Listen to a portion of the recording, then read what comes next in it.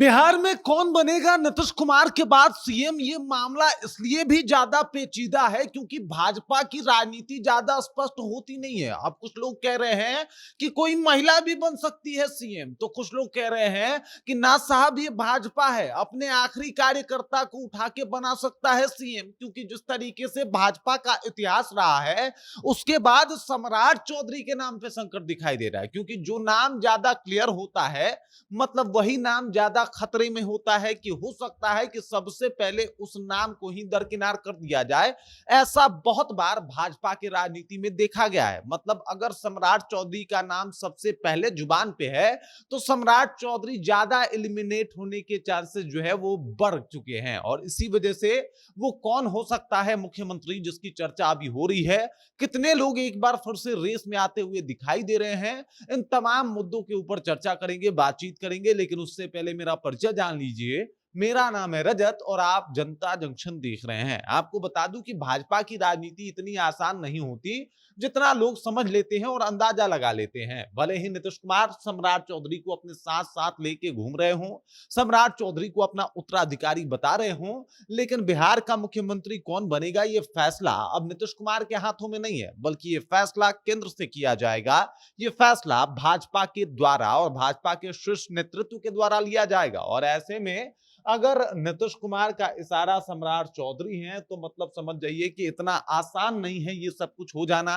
क्योंकि भाजपा की राजनीति अलग तरीके से काम करती है और यहाँ पे मुख्यमंत्री कुछ अलग तरीके से चुना भी जाता है। अब देख लीजिए, जिस तरीके से तमाम जगहों का रुझान है, वो तो यही बता रहा है कि भाई अगर इस तरीके का रुझान आया तो हो सकता है सम्राट चौधरी जो है वो मुख्यमंत्री बने भी ना।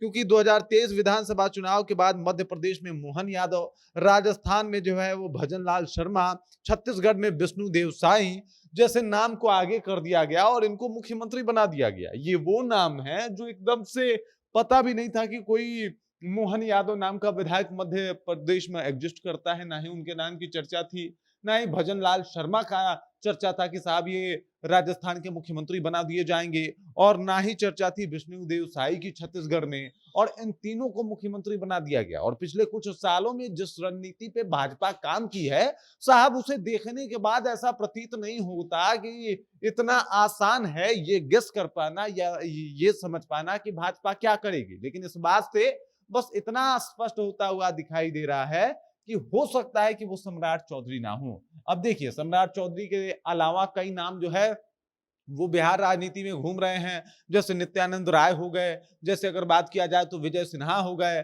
कुछ लोग शहनवाज हुसैन का भी जिक्र कर रहे हैं, तो कुछ लोग कह रहे हैं कि श्रेयसी सिंह, और इसके अलावा एक आध और महिला हैं। इन तमाम लोगों को भाजपा मुख्यमंत्री बना सकती है। और जब इनके नाम के चर्चे शुरू हो गए तो समझ जाइए कि अब सम्राट चौधरी के खर्चे शुरू हो गए। क्योंकि सम्राट चौधरी इन सब चीजों को कैसे मैनेज करेंगे, ये बहुत ज्यादा इंपॉर्टेंट होगा।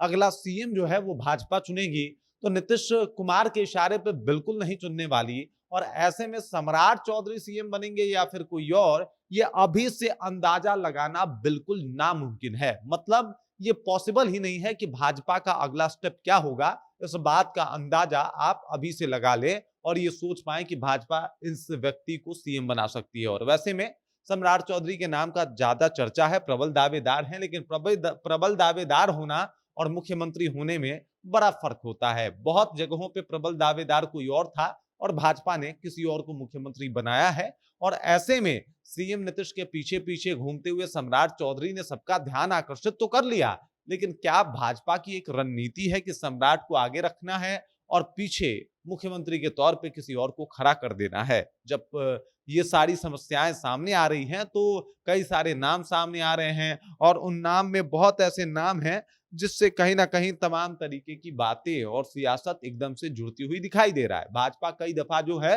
वो बड़े चेहरे से ज्यादा बड़ा नाम किसका हो सकता है उस पर ध्यान देती है। जैसे वहां का जातीय समीकरण क्या कहता है, जैसे वो व्यक्ति पार्टी के लिए कितना लॉयल रहा है, जैसे उनकी साफ सुथरी कैसी छवि रही है, और कौन से जाति में और कौन से जगह पे उनका प्रभाव ज्यादा पड़ेगा। तो इन तमाम चीजों को अगर देखा जाए तो सम्राट चौधरी उस पर कितने अव्वल आते हैं भाजपा के पैमाने से, ये साहब भाजपा ही जाने। बाकी इस खबर, इस जानकारी को लेकर आप क्या सोचते हैं या आप जानते होंगे तो कमेंट करके अपना विचार हम तक पहुंचा दीजिए। बाकी आप देख रहे हैं जनता जंक्शन और मेरा नाम रजत है।